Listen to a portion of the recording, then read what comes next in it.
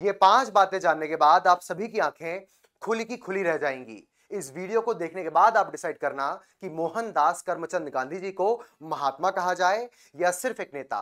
पहली बात, गांधी जी के संदर्भ में उनके ब्रह्मचर्य के प्रयोग बड़े फेमस हुए। यहां पर आपको एक महिला देखने मिल रही है, सुशीला नायर। यहां पर आपको आभा देखने मिल रही है और यहां पर बाजू में मनु देखने मिल रही है। वेद मेहता ने अपनी पुस्तक में लिखा कि गांधी जी निर्वस्त्र होकर नग्न अवस्था में इन महिला के साथ सोया करते थे। केवल इन महिला के साथ नहीं, कई सारी नव युवतियों के साथ गांधी जी अपने ब्रह्मचर्य के प्रयोग किया करते थे। मामला क्या है? गांधी जी का विवाह हुआ 13 वर्ष की उम्र में। गांधी जी ने 18 वर्ष की उम्र में अपनी संतान को जन्म दिया। उनकी पत्नी का नाम था कस्तूरबा गांधी, जो उनसे 1 साल बड़ी हुई थी। गांधी जी जब 1906 में दक्षिण अफ्रीका गए, तब दक्षिण अफ्रीका में उन्होंने ब्रह्मचर्य का व्रत धारण कर लिया। उन्होंने पूर्ण आहुति के खंड 2 में लिखा कि सबसे अच्छा ब्रह्मचारी वो है जो किसी भी दशा में ना डगमगाए। क्या मैं एक अच्छा ब्रह्मचारी हूं? इसकी परख करने के लिए उन्होंने ब्रह्मचर्य के प्रयोग को करना प्रारंभ कर दिया। आपको पता होना चाहिए, इनके निजी सचिव थे प्यारेलाल, उनकी बहन थी सुशीला नायर, जो कि एक प्राइवेट निजी चिकित्सक थी गांधी जी की। उन्होंने सुशीला नायर को अपने ब्रह्मचर्य के प्रयोग के अंदर शामिल किया कि निर्वस्त्र होकर सोया जाता है, मैं देखता हूं क्या मैं खुद को कंट्रोल कर पाता हूं। केवल इतना नहीं, यहां पर आपको आभा देखने मिल रही है। आभा के बारे में अगर मैं बताऊं तो गांधी जी के भतीजे कनु गांधी जी की पत्नी का नाम है आभा, मतलब उनकी बहू। बाजू में आपको देखने मिल रही है मनु, जो उनके भाई की पोती हैं, जिन्हें गांधी जी अपनी बेटी के समान मानते हैं। केवल इतना ही नहीं, कई सारी महिलाओं के साथ उन्होंने कहा कि आपको मेरे ब्रह्मचर्य के प्रयोग में साथ देना चाहिए, और ये महिलाएं उनके ब्रह्मचर्य के प्रयोग करने के लिए निर्वस्त्र होकर गांधी जी के सामने आती हैं। और ये बात गांधी जी अपने सत्य के प्रयोग में स्वयं कहते हैं, और यहां पर वो एक व्यक्ति को पत्र लिखते हैं। पत्र लिखा जाता है अपने आश्रम के मैनेजर को, जिनका नाम था मुन्ना लाल। गांधी जी अपने आश्रम के मैनेजर मुन्ना लाल को पत्र लिखकर कहते हैं कि आभा मेरे साथ निर्वस्त्र होकर 3 दिन तक सोई, कंचन मेरे साथ निर्वस्त्र होकर 1 दिन तक सोई, और वीणा जब मेरे साथ निर्वस्त्र होकर सोई, ये तो एक प्रकार का एक्सीडेंट, ये दुर्घटना थी। वास्तव में मुन्ना लाल की पत्नी कंचन थी, जिसके साथ गांधी जी अपने ब्रह्मचर्य के प्रयोग कर रहे थे। मैं बिल्कुल मानता हूं कि ब्रह्मचारी होना चाहिए किसी व्यक्ति को, किसी साधु को। होना ना होना उसकी मर्जी है, लेकिन अपने ब्रह्मचर्य के प्रयोग के चलते क्या यह चीज करना सही या गलत है? आप कमेंट सेक्शन बताइएगा। यहां पर प्यारेलाल, जो गांधी जी के निजी सचिव हैं, उन्होंने गांधी जी को कवर करते हुए कहा कि जो मनु है, यहां पर आपको मनु देखने मिल रही है, मनु को गांधी जी अपनी पोती के समान, अपनी बेटी के समान प्यार करते हैं, और उसके हर एक कृत्य पर नजर रखते हैं, ताकि ये अपने जीवन में एक प्रगति को प्राप्त कर पाए। गांधी जी उसके जीवन में इतना निर्देशन करना चाहते हैं कि उसका ध्यान रखने के लिए गांधी जी उसके साथ सोया भी करते हैं। समझ पा? और ये कौन सा निर्देशन है जो साथ में सोकर ही किया जाता है? मुझे तो इस बात का पता नहीं चल पा रहा, आंसर नहीं मिल पा रहा, आप सोच के बताइएगा। जब सरदार वल्लभ भाई पटेल को इस बात की जानकारी लगी, तो उन्होंने 2 बार पत्र लिखा गांधी जी को कि प्रभु ये क्या कर रहे हो, अपनी जिद से हटो, ये काम करना, 70 वर्ष की उम्र में ये काम करना बंद कर दो। आप लोगों को धर्म का रास्ता नहीं बल्कि अधर्म का रास्ता बता रहे हो। तो ये था ब्रह्मचर्य के प्रयोग। गांधी जी के संदर्भ में दूसरी कहानी है भगत सिंह को फांसी की सजा देने से ना रुकवाना। ऐसा कई सारे लोग आक्षेप करते हैं कि गांधी जी भगत सिंह, सुखदेव और राजगुरु की फांसी की सजा को रुकवा सकते थे, लेकिन गांधी जी ने ऐसा नहीं किया। मामला क्या है, समझना इस बात को। कहानी यहां से स्टार्ट हुई कि 1930-31 के आसपास आपको गोलमेज सम्मेलन होता देखने मिला, जहां पर ब्रिटिश सरकार और भारत के जो भी प्रतिनिधि हैं वो आपस में बात कर रहे हैं। गोलमेज सम्मेलन में जब गांधी जी और कांग्रेस ने उसका बहिष्कार किया, तो ब्रिटिश सरकार चाहती थी कि नहीं, गांधी जी हमसे बात करें और गांधी जी और हम साथ में बैठकर कुछ सॉल्यूशन निकालें इस देश के लिए। लेकिन गांधी जी ने उस समय पर डांडी मार्च करना, नमक कानून तोड़ना, यानी सविनय अवज्ञा आंदोलन करना प्रारंभ कर दिया। अंग्रेज घबरा गए कि बाबा तो एक बहुत बड़ा आंदोलन कर रहे हैं, जिससे हमारी नींव कमजोर हो जाएगी। एक काम करो, बाबा के साथ संधि करो। लॉर्ड इरविन को भेजा गया, और लॉर्ड इरविन और गांधी के बीच में एक समझौता हुआ, जिसे अपन गांधी इरविन पैक्ट के नाम से जानते हैं। 1931 की बात कर रहा हूं। 1931 में जब 5 मार्च 1931 को यह समझौता होता है, तो गांधी जी 11 मांगे प्रस्तुत करते हैं समझौता करने के लिए। पहली मांग, ऐसे लोग जो जेल में बंद हैं, जिन्होंने हिंसा नहीं करी, जो राजनीतिक कैदी हैं, उन्हें जेल से बाहर निकाला जाए। नमक कानून तोड़ा जाए, वगैरह वगैरह कई सारी मांग थी। तब लोगों ने कहा गांधी जी एक और मांग को शामिल करो कि भगत सिंह, सुखदेव, राजगुरु जो कि जेल में बंद हैं, उनको रिहा किया जाए और उनकी फांसी की सजा को माफ कर दिया जाए। लेकिन बाबा ने कहा कि नहीं, मैं अहिंसा के रास्ते को अपनाता हूं, इनके रास्ते अलग हैं, मैं इनका सम्मान करता हूं, लेकिन फांसी की सजा मैं नहीं घटा सकता, ये मेरे बस के बाहर है।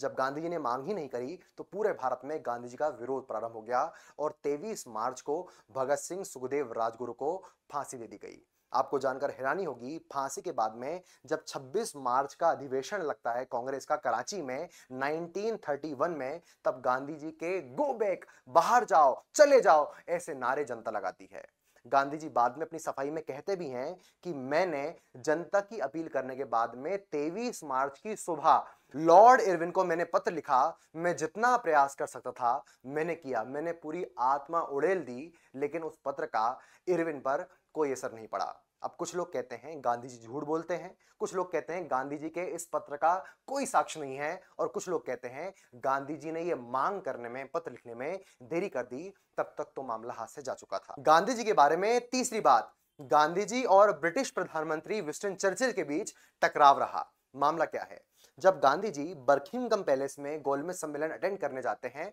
और वहां के राजा से मिलते हैं, तब विंस्टन चर्चिल कहता है कि हाड़ मास का आदमी ये धोती कुर्ता लपेट के दनादन क्या चढ़े जा रहा है, इसे लज्जा नहीं आती, इसे शर्म नहीं आती, क्या घिनौना कृत्य चल रहा है। मतलब इसके मन में गांधी जी के प्रति हमेशा से द्वयम दर्जे की भावना रहती थी। जब 1942 में भारत छोड़ो आंदोलन स्टार्ट हुआ, तो आपको पता होना चाहिए गांधी जी जैसे बड़े नेताओं को पहले ही जेल में डाल दिया गया ताकि आंदोलन तीव्र ना हो सके।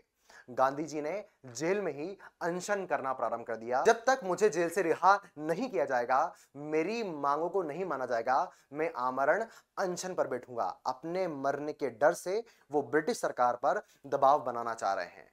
उसी समय जब इन्होंने वायसराय को पत्र लिखा, वायसराय ने मना कर दिया कि तुम्हारा अनशन करना तुम्हारी मर्जी है, लेकिन आपको जेल में रहना पड़ेगा। जब विंस्टन चर्चिल को इस बात की खबर लगती है, तो विंस्टन चर्चिल कहता है यदि मरने का मन है तो मरने दो, जितनी जल्दी मरेगा हमारी कामयाबी, हमारे आंदोलन को दबाने का काम उतना तेज हो जाएगा। मतलब ये आदमी वेट कर रहा है कब ये व्यक्ति अनशन करके दम तोड़ दे। ये विंस्टन चर्चिल कहता है अरे ये ढोंग कर रहे हैं, ये पाखंड कर रहे हैं, ये कोई अनशन वंशन नहीं कर रहा है, अनशन करते तो 7-8 दिन में बिना खाए पिए चले जाते। कोई व्यक्ति जो इनका वेद या इनके आसपास का व्यक्ति है, इनको पानी में ग्लूकोज मिलाकर पिला रहा है, इसलिए जीवित हैं। विंस्टन चर्चिल मारना चाह रहा है। 21 दिन हो गए और गांधी जी के हाथ पे तड़पने लगे, उनको निमोनिया हो गया, उनका शरीर जर्जर हो गया, बुखार आ गया। अब ऐसी अवस्था आ गई जहां गांधी जी अब अपनी देह त्यागने के इस पर आ चुके हैं। वेट कर रहा है कि कब गांधी जी अपने प्राण त्यागेंगे। अब गांधी जी को लगता है कि नहीं भैया, मैंने आमरण अनशन का इमोशनल ब्लैकमेल कर दिया, लेकिन ब्रिटिश सरकार के कान में जू भी नहीं रेंग रही, तो क्या मैं ऐसे ही अपना बलिदान दे दूं, या अनशन तोड़ने के बाद एक्टिव पॉलिटिक्स के अंदर देश की आजादी के लिए सच में कुछ काम करूं। तो गांधी को लगा कि भैया अब मेरी ये आमरण अनशन वाली स्ट्रेटेजी नहीं चलने वाली, तो स्मार्ट बनते हुए, यहां पर चालाक बनते हुए, समझदार बनते हुए 21 दिनों के बाद में पानी पीकर, ग्लूकोज खाकर, खाना खाकर उन्होंने आमरण अनशन को तोड़ दिया और भारत के सारे युवाओं में, सारे आंदोलनकर्ताओं में खुशी की लहर आ गई। और जैसे ही विंस्टन चर्चिल ने सुना, इसने अपना माथा पीट लिया, बोले कितना स्मार्ट आदमी है, मर जाता तो हमारे लिए आसानी रहती। लेकिन खाना खाके उन्होंने ब्रिटिश सरकार के इस दावे के ऊपर पानी फेर दिया। इसलिए गांधी केवल एक सामान्य नेता नहीं है, वो एक समझदार और ये जानने वाले नेता हैं कि मुझे कब क्या करना है। भावुक नहीं हुए, वो बाबा हैं, लेकिन भावनाओं में नहीं बह रहे। कहानी को आगे बढ़ाते हैं। अगला मामला भारत पाकिस्तान के बंटवारे पर, विभाजन पर गांधी जी का मामला क्या है। भारत के विभाजन पर गांधी जी का मत था कि भैया भारत का विभाजन नहीं होना चाहिए, अगर तुम्हें विभाजन करना है तो मेरी लाश से होकर तुम्हें गुजरना पड़ेगा। मतलब गांधी जी बिल्कुल भी पक्ष में नहीं थे। उसी समय पर आपने देखा मुस्लिम लीग ने 1946 में एक लड़कर लेंगे पाकिस्तान का नारा दिया और दंगे करना स्टार्ट कर दिए। गांधी जी ने यह भी कहा कि मोहम्मद जिन्ना, हम तुमको प्रधानमंत्री बना देते हैं, तुम भारत के प्रधानमंत्री बन जाओ, लेकिन बंटवारे की बात मत करो, पाकिस्तान बनाने की बात मत करो। लेकिन आप सभी को पता है, लड़ कर लेंगे पाकिस्तान, लड़ कर लेंगे पाकिस्तान नारा चल रहा था, दंगे हो रहे थे। तब सरदार वल्लभ भाई पटेल और नेहरू जी समझाते कि बाबा मत करो जिद, जिद करोगे तो लोग मारे जाएंगे, तो हाथ जोड़ के निवेदन है, भारत का बंटवारा हो जाने दो। उसके बाद गांधी बाबा मानते हैं। कुछ भारत के मूर्ख ऐसे लोग हैं जो गांधी जी को गरियाते हैं कि गांधी जी ने बंटवारा किया। अरे भैया, यहां पर गांधी जी बंटवारे के पक्ष में नहीं थे। वो तो क्या बोल रहे हैं कि तुम हमारे प्रधानमंत्री बन जाओ, लेकिन बंटवारा नहीं होना चाहिए। तो आपको समझना पड़ेगा कि बंटवारे के पीछे किसकी मंशा थी और कौन रिस्पॉन्सिबल था। गांधी जी का मामला नहीं है। अगली कहानी, आजादी के दिन गांधी जी कहां हैं? इस फोटो में तो हमको गांधी जी देखने नहीं मिल रहा है। यहां पर तो नेहरू जी स्पीच दे रहे हैं, प्रधानमंत्री बन गए हैं और पूरे झंडे फहराने का माहौल बन रहा है। गांधी कहां हैं? गांधी गए हैं बंगाल। बंगाल के नोआखली क्षेत्र में जब उन्होंने सुना कि हिंदू मुस्लिम के बीच दंगा हो चुका है, तो दंगे को शांत कराने के लिए कि आजादी के बाद भी अगर खून बहेगा इस धरती पर तो आजादी का मतलब क्या है, तब ये व्यक्ति जिसे आप महात्मा गांधी कह रहे हो, वो बाबा बन के जाता है और दंगों को शांत कराने के लिए प्रयास करता है। पार्टिसिपेट नहीं करता, पटाखे नहीं फोड़ता, जश्न नहीं मनाता, वो देश के लिए ये काम करता है। उसे पद नहीं चाहिए, उसे फोटो नहीं खिंचवाना, वो उस समय की रियल कंडीशंस के बारे में सोच रहा है और काम कर रहा है। अब हम बात करते हैं 55 करोड़ पाकिस्तान को देने की बात। कहानी कुछ ऐसी है कि भारत की आजादी के बाद भारत के खजाने में कुल 155 करोड़ रुपए बाकी थे, जिसमें से सहमति बनी कि 75 करोड़ रुपए हम पाकिस्तान को देंगे। पहली किश्त 20 करोड़ की चली भी गई पाकिस्तान के पास। कहानी कुछ ऐसी है कि भारत की आजादी के बाद भारत के कुल खजाने में 155 करोड़ रुपए बाकी थे, जिसमें से 75 करोड़ रुपए पाकिस्तान को देने की बात भी हुई। 75 करोड़ में से 20 करोड़ रुपए पहली किश्त में पाकिस्तान को दे भी दिए गए, लेकिन बाकी के 55 करोड़ रुपए जब देने थे, उसके पहले घटना हुई। घटना यह है कि पाकिस्तान ने जम्मू कश्मीर पर हमला कर दिया। अब जम्मू कश्मीर ने हमसे सहायता मांगी कि प्रभु रक्षा करो। सरदार वल्लभ भाई पटेल ने कहा हरि सिंह गौर को, हम जम्मू कश्मीर राज्य की तभी रक्षा करेंगे जब तुम भारत में विलय कर लोगे। तो इंस्ट्रूमेंट ऑफ एक्सेशन विलय पत्र पर हस्ताक्षर हुए, जम्मू कश्मीर भारत का राज्य बना और हमने पाकिस्तान के साथ युद्ध किया। अब नेताओं ने कहा कि पाकिस्तान को जो हमने 20 करोड़ रुपए दिए थे, ये उन्हीं से हथियार खरीद के हमसे वॉर कर रहे हैं। अगर हम 55 करोड़ रुपए और दे देंगे तो भैया ये फिर से नए हथियार लाएंगे और भारत के साथ युद्ध करेंगे, हमें ही मारेंगे। तो हम अब 55 करोड़ रुपए पाकिस्तान को नहीं देते, हमारे हाथ में खजाना है।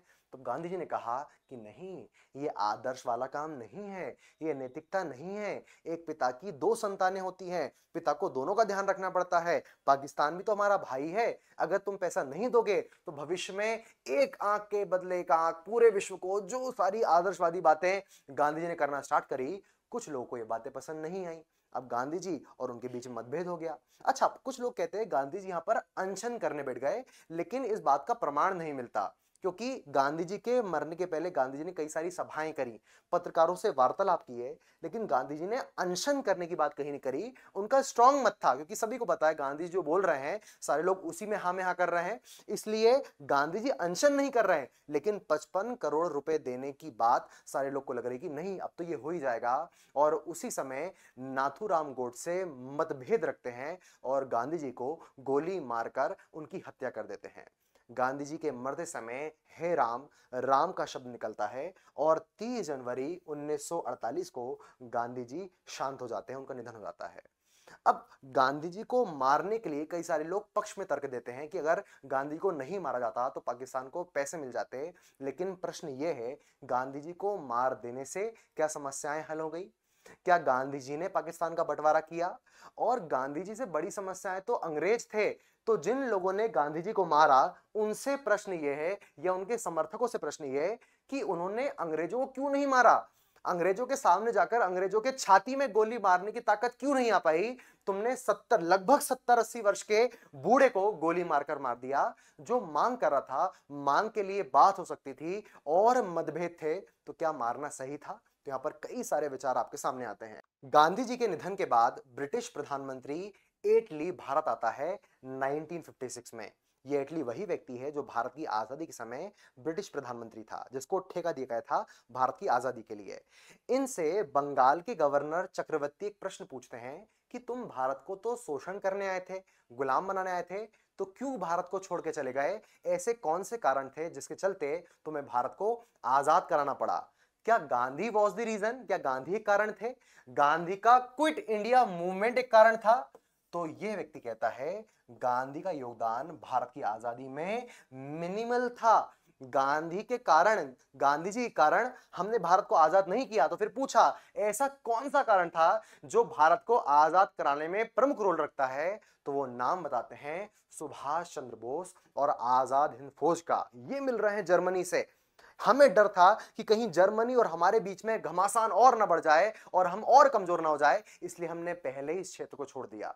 दूसरी चीज, 1946 में एक नौसेना विद्रोह, नेवल रिवोल्ट होता है और उस नौसेना विद्रोह के बाद में हमारे नौसैनिक हमारी बात ही नहीं मान रहे हैं। तो हमें लगा कि भारत को पहले ही छोड़ देना चाहिए। तो तात्कालिक कारणों में प्रमुख कारण प्रधानमंत्री एटली के द्वारा यह बताया गया। इन्होंने कहा कि भारत छोड़ो आंदोलन तो वीक हो चुका था, वो तो 1942 का था। 1947 में इस आंदोलन के चलते आजादी नहीं मिली, इसलिए कई सारे लोग गांधी जी के भारत की आजादी के रोल में एक बेहतर योगदान को दर्शाते हैं और कुछ कहते हैं गांधी जी का योगदान बहुत कम था। चर्चाएं चलती रहेंगी, बहस चलती रहेगी, विवाद चलता रहेगा, गांधी का योगदान कम या ज्यादा। अलग अलग लोग मिलेंगे, अलग अलग मतभेद होंगे। मैं आपसे चाहता हूं कि आप कमेंट सेशन में बताइए आपका मत, गांधी जी का योगदान इस देश की आजादी में कितना और कैसा रहा?